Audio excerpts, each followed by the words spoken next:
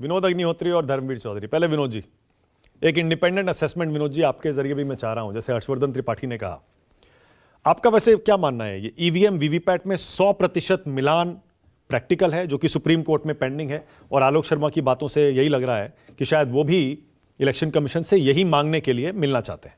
नहीं, पहली बात तो ये है कि मुझे एक बात तो मैं कहूँगा कि इलेक्शन कमीशन को विपक्ष से मिलना चाहिए।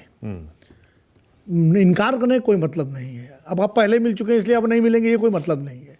10 बार विपक्ष कहे या राजनीतिक दल कहे तो आपको मिलना पड़ेगा, क्योंकि आप चुनाव कराते हैं और स्टेक होल्डर्स में विपक्ष भी है, सत्ता पक्ष भी है।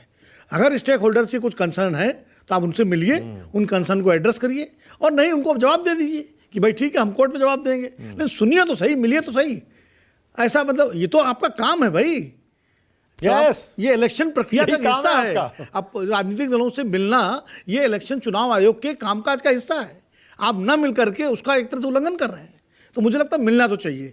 ये कहना कि मिलेंगे नहीं और इसलिए नहीं मिलेंगे, सुप्रीम कोर्ट में पेंडिंग है या आपने पहले बता दिया था वो हम सवाल हल कर चुके हैं, ऐसा कुछ नहीं होता है।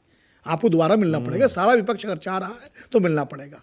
करिए आप वही जो आपको कुछ सही समझ में आता है, वो आपका फैसला होगा, लेकिन मिलने से इनकार करना जो है ये लोकतंत्र में ठीक नहीं है। बिल्कुल सही। आज अगर बीजेपी विपक्ष में होती और इलेक्शन कमीशन न मिल रहा होता तो शाजिया जी क्या कहती?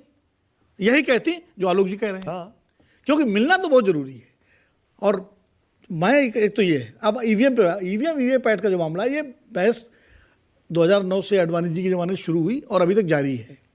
और बिल्कुल हर्षवर्धन जी की बात से मैं सहमत हूँ कि कोई क्रेडिबल एविडेंस ईवीएम को लेकर के अभी तक सामने नहीं आया है। सोशल मीडिया पे, यूट्यूब पे तमाम सारे वीडियो चलते हैं, उनकी उतनी पुष्टि नहीं है। मैं इसको इस रूप में देखता हूँ, अगर मध्य प्रदेश मान लीजिए नतीजे उल्टे होते तो क्या दिव्या सिंह का यही स्टैंड होता जो आज है? नहीं होता। ईवीएम तब भी था।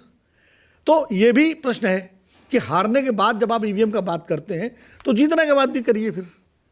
तो इसलिए या तो इंडिया गठबंधन एक काम करे, ये अपने घोषणा पत्र में हिस्सा बनाए अपने विजन डॉक्यूमेंट में कि अगर उसकी सरकार बनती है तो फिर देश में ईवीएम से चुनाव नहीं होंगे, बैलेट से ही चुनाव होंगे। इसको भी डाले अपने और जनता पे छोड़ दे।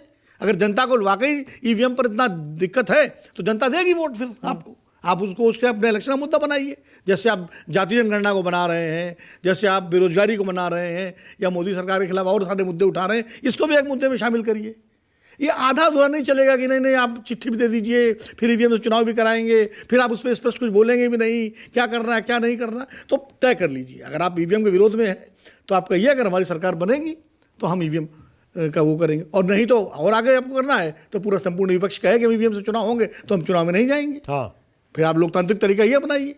लेकिन ये है ना कि क्या मन भावे मूड हिलावे, वो नहीं चलेगा ना कि आप कहीं तो इलेक्शन कमीशन को मिलना चाहिए विपक्ष से। हाँ। उसके कंसर्न सुनना चाहिए, उसके कंसर्न पर ध्यान देना चाहिए, और विपक्ष को भी अपना एक स्पष्ट रुख लाना चाहिए जनता के सामने कि हम ईवीएम के विरोध में हैं और ईवीएम को हम खत्म करेंगे और इस आधार पर हम वोट मांगे जनता से। बिल्कुल सही।